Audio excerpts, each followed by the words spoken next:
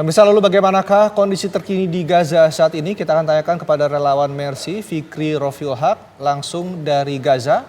Assalamualaikum, selamat pagi waktu Jakarta, Fikri. Waalaikumsalam warahmatullahi wabarakatuh. Selamat malam waktu Gaza, Mas Rendra dan Baik. Mbak Indi. Fikri, bisa dijelaskan kondisi saat ini sekarang di sana seperti apa dan sudah berapa korban yang jatuh akibat agresi militer Israel? Ya, sampai saat ini dari militer Zionis Israel masih terus belum berhenti mereka melancarkan serangan-serangan darat mereka maupun serangan udara mereka ke seluruh titik di jalur bagian Gaza. Per 3 hari ini saja sangat intens sekali serangan-serangan di Gaza Selatan, baik di kota Khan Yunis maupun di kota Rafah. Seperti live sebelumnya saya memberitahukan bahwa pihak Israel ingin memfokuskan juga serangan-serangan mereka ke kota Rafah, dan sampai saat ini sudah terjadi serangan-serangan yang bertubi-tubi di kota tersebut oleh pihak Zionis Israel, sehingga banyak berjatuhnya korban jiwa. Dari rilis Kementerian Kesehatan Palestina tercatat terdapat 27.365 warga yang sudah meninggal, di antara mereka terdapat 12.000 anak-anak dan juga 8.190 dari kalangan wanita.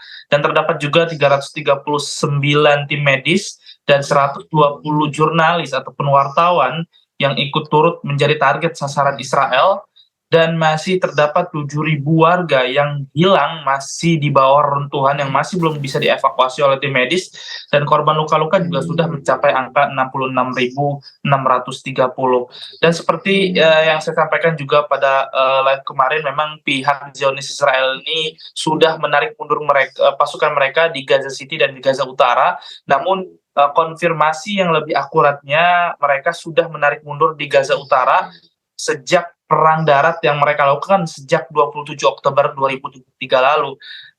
Dari Kementerian Kesehatan Palestina, Direktur Jenderal Kementerian Kesehatan Gaza, Munir Al-Burj, ya, mengatakan sejumlah syuhada dilarikan ke Rumah Sakit Kamal Udwan yang ditemukan, ya, dengan kondisi yang sudah membusuk dan juga sudah dimutilasi oleh pihak Israel sejak penarikan mundur pasukan-pasukan darat mereka yang ada di Gaza Utara. Dan sampai saat ini juga di Gaza Selatan belum juga cukup kondisinya belum cukup membaik begitu, karena memang di Gaza Selatan juga menjadi salah satu titik fokus mereka pada rumah sakit Eropa yang ada di sekitar tempat kami mengungsi pun mengalami kerusakan, banyak plafon yang runtuh akibat serangan-serangan yang ada di sekitar rumah sakit Eropa. Seperti yang saya terangkan, 3 hari yang sangat berat ini, hari ini adalah sangat-sangat intens sekali serangan-serangan, bahkan bangunan atau sekolah tempat kami berada pun seringkali berguncang akibat dentuman bom yang begitu keras yang dilancarkan oleh pihak Zionis Israel. Dan sampai saat ini juga Rumah Sakit Al-Amal yang ada di Gaza Selatan, ya, masih terus dikepung oleh pihak Zionis Israel. Sudah 14 hari rumah sakit tersebut dikepung, sehingga banyak tim medis yang kesulitan untuk menggapai korban-korban luka-luka dan juga merawat tentunya, karena di dalamnya terdapat korban luka-luka maupun para pengungsi yang mereka mengamankan diri, ya, untuk berlindung dari serangan-serangan Israel di rumah sakit tersebut. Dan sampai saat ini rumah sakit tersebut masih mengalami pengepungan oleh pihak Zionis Israel. Mas Fikri, bagaimana kondisi saat ini warga Gaza yang masih berusaha untuk bertahan? Terutama ini WHO kan sempat menyatakan kekhawatirannya dengan kondisi tak manusiawi di Gaza yang bisa memicu wabah penyakit. Wabah penyakit apa ini yang sudah mulai mungkin terlihat kondisinya bagi para pengungsi? Ya, rilis dari Kementerian Kesehatan Palestina itu sendiri, mereka mengatakan bahwa terdapat 700.000 warga yang mereka terkena penyakit menular, di antaranya terdapat diare, muntah-muntah, penyakit kulit, dan juga penyakit-penyakit lain yang menular, ya, terhadap pengungsi-pengungsi yang ada di seluruh jalur Gaza, karena mengingat mereka saat ini juga kesulitan sekali mencari air bersih, pasokan makanan, tempat yang memadai untuk mereka beristirahat. Mengingat juga saat ini sudah memasuki musim dingin, suhu udara yang ada di jalur Gaza ini ketika pagi hari saja mencapai 5 sampai 7 derajat Celcius, artinya warga yang mereka mengungsi mendirikan tenda-tenda dari plastik ataupun nylon ini sebenarnya mereka sangat menderita sekali karena mereka sangat kedinginan, ditambah mereka juga tidak memiliki pakaian hangat yang cukup. Bahkan saya beberapa kali keluar ya dari tempat kami mengungsi, kami melihat banyak sekali anak-anak, para orang tua ataupun pemuda yang mereka menggunakan eee, apa namanya, baju medis ya, untuk penanganan virus seperti itu ya yang berwarna putih ya, karena mereka tidak memiliki pakaian hangat lagi sehingga mereka terpaksa menggunakan pakaian medis untuk menghangatkan ataupun pakaian sehari-hari mereka untuk menghangatkan diri ya terhadap cuaca dingin saat ini.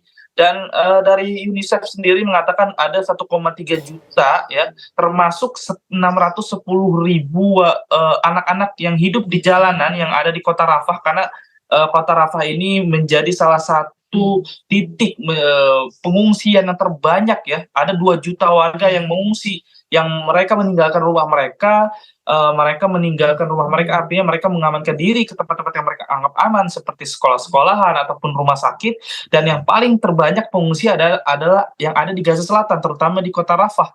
Karena beberapa live sebelumnya saya menyampaikan bahwa banyak sekali warga yang tinggal di kota Khan Yunis ya, masih Gaza Selatan, mereka beramai-ramai atau berbondong-bondong mereka mengamankan diri ke kota Rafah. Artinya kota Khan Yunis ini juga cukup tidak relatif aman untuk para pengungsi, sehingga banyak warga yang saat ini mengungsi ke kota Rafah, namun di kota Rafah pun tidak lepas dari serangan-serangan Zionis Israel sendiri. Dan sampai saat ini memang kondisi pengungsi atau warga yang mereka mengamankan diri ya, seperti yang saya sampaikan tadi, ada di rumah sakit, di sekolah PBB ataupun sekolah pemerintah, ataupun mereka mendirikan tenda-tenda ya.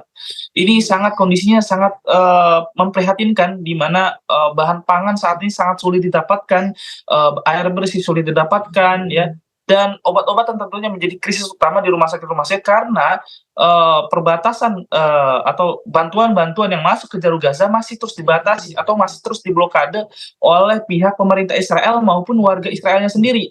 Mereka mendemo ke perbatasan Karim Abu Salim untuk mereka tidak menginginkan bantuan-bantuan ini masuk ke jalur Gaza. Artinya mereka menginginkan warga yang ada di Palestina ini ingin menderita, mereka ingin semuanya meninggal begitu, ataupun mereka ingin mengusir warga Palestina ini yang ada di jalur Gaza keluar dari jalur Gaza, namun pendirian warga Gaza itu sendiri tetap kukuh, mereka akan tetap stay di jalur Gaza untuk mempertahankan negara mereka, dan mereka berdoa tentunya kepada seluruh dunia untuk terus mendukung, baik melalui doa maupun melalui dukungan-dukungan politiknya untuk terus mendukung kemerdekaan Palestina, dan insya Allah Palestina akan mendapatkan kemerdekaannya dalam waktu dekat.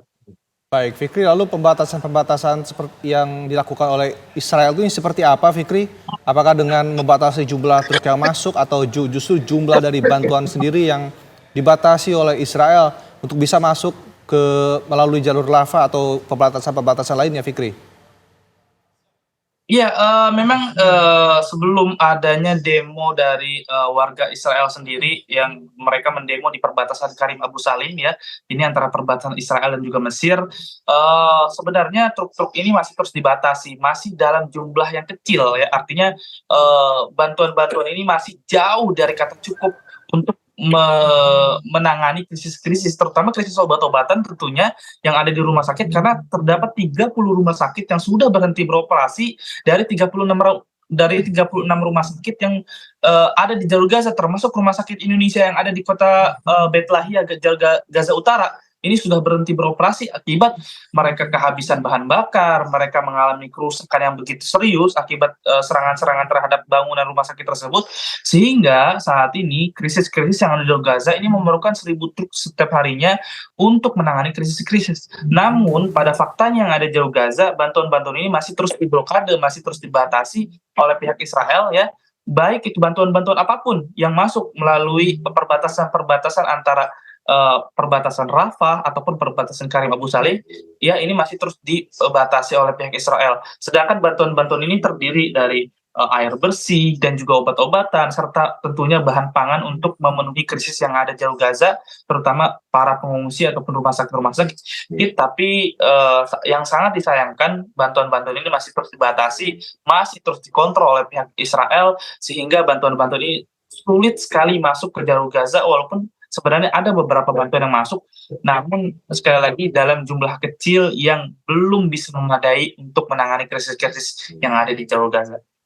Baik, terima kasih Fikri Rofilhaq informasinya langsung dari Jalur Gaza.